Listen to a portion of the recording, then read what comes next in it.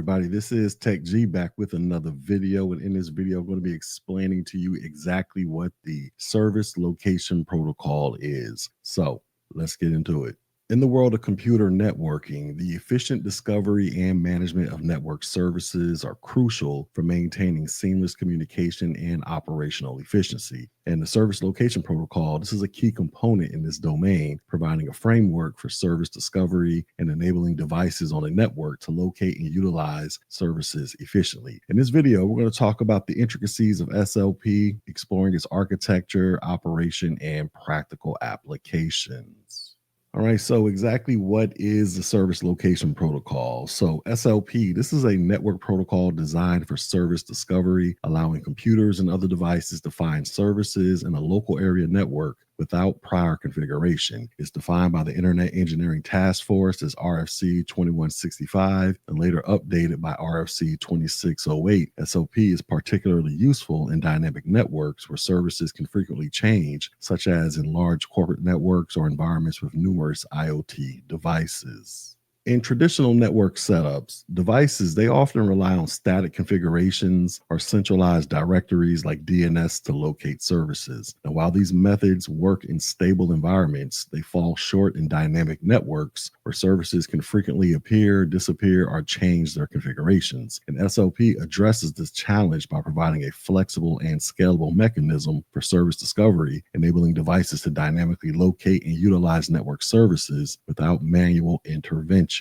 Let's go ahead and talk about the SLP architecture. So SLP, it operates using a decentralized architecture composed of three primary components. The first part is called the user agent. So user agents, these are clients that seek out network services. And when an application requests a specific service, the UA initiates a request to discover the available service instances. And also UAs, they can be integrated into various applications, enabling them to dynamically locate services such as printers, file servers, and more without needing hard-coded addresses. The second component is the service agent. So service agents, they are responsible for advertising the presence of services on the network. And when a service becomes available, the SA registers it with the network, making it discoverable by the UA. And SAs, they periodically broadcast service availability and handle queries from UAs, ensuring that services are easily discoverable. And then the third component is the directory agent. So directory agents, they act as intermediaries that store service advertisements from multiple SAs and respond to UA queries. In larger networks, DAs, they help to centralize service information, reducing the broadcast traffic and improving efficiency. And also DAs are not mandatory for SLP operation, but they are beneficial in larger and more complex networks where service discovery needs to be optimized. All right, so let's talk about exactly how SLP works. So SLP operates through a combination of multicast and unicast communication to discover and advertise services. And the protocol follows a straightforward workflow. So the first part is service registration. So when a new service becomes available, the SA registers it by sending a service registration message. And this message includes details about the service, such as its type, address, and attributes. And if a DA is present, the SA registers the service with the DA. Otherwise, the SA broadcast a registration to the network. And then there's the service discovery. So when the UA needs to locate a service, it sends a service request message specifying the desired service type and any required attributes. And if a DA is present, the UA sends the request to the DA. Otherwise, the UA broadcasts the request to the network. Then there's the service reply. So upon receiving a service request, SAs or DAs, they respond with a service reply message containing details of the available services that match the request criteria. The UA then processes the reply and selects the appropriate service for use. And then we have what is called service deregistration. So when the service is no longer available, the SA sends a service deregistration message to remove the service from the network's service directory.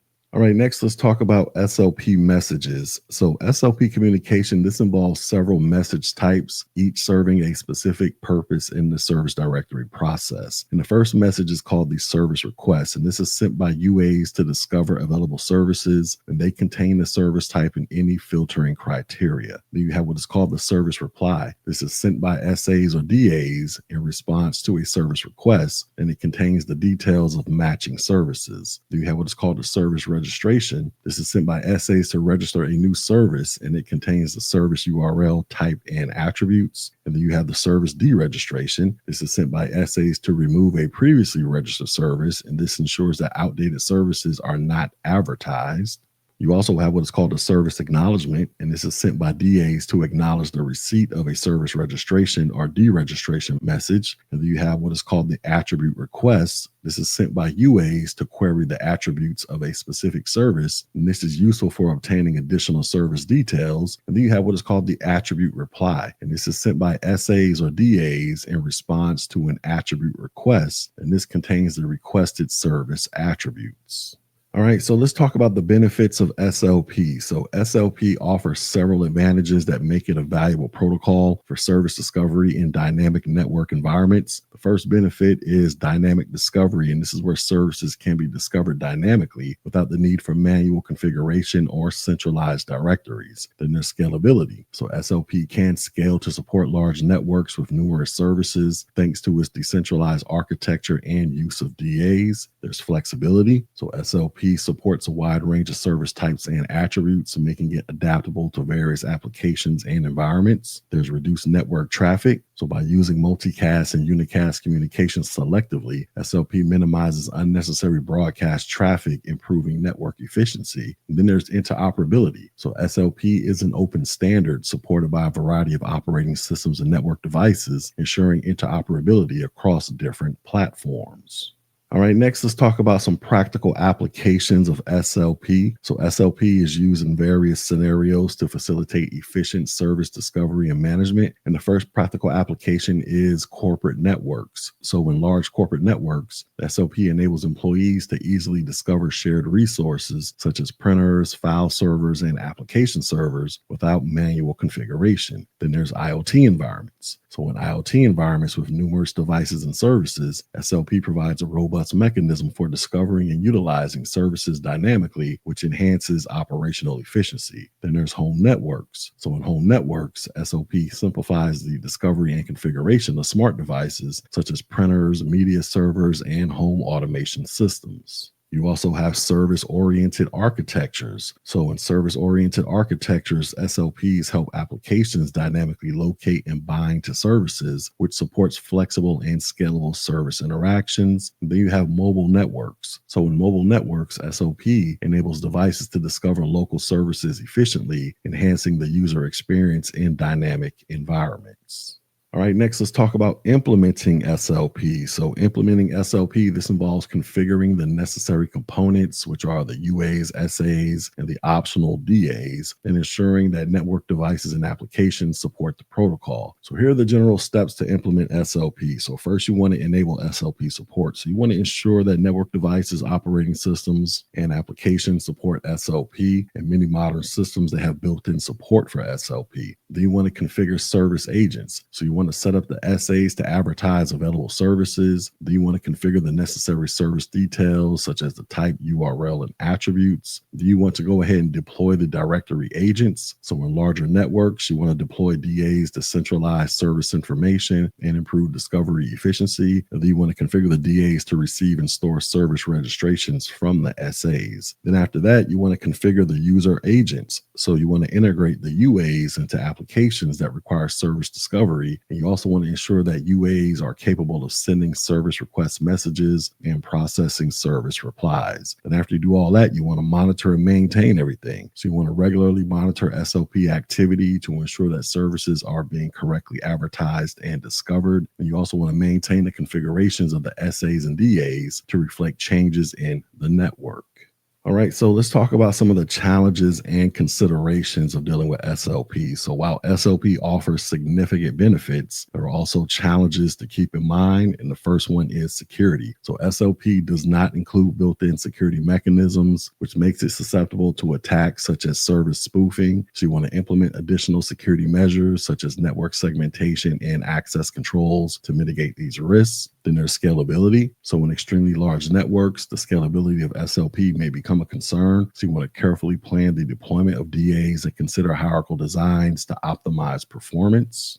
Another challenge is interoperability. So you want to ensure that all network devices and applications are compatible with the version of SLP that's being used. And in heterogeneous environments, compatibility issues, they may arise. And then there's configuration management. So you want to regularly update and maintain SLP configurations to reflect changes in the network and services, because outdated or incorrect configurations, they can lead to service discovery failures. All right, so in conclusion, the service location protocol. This is a powerful tool for dynamic service discovery in modern network environments. And by enabling devices to locate and utilize services without manual configuration, SLP enhances the efficiency and flexibility of network operations. Its decentralized architecture, scalability, and interoperability make it suitable for a wide range of applications, from corporate networks to IoT environments. And while challenges such as security and scalability need to be addressed, the benefits of SLP make it a valuable protocol for managing network services in dynamic and complex environments. So understanding and implementing SLP, this can significantly improve the ability of networks to adapt to changes and ensure that services are readily available to users and applications. And as networks continue to evolve, protocols like SLP will play a crucial role in maintaining seamless and efficient communication across diverse and dynamic environments.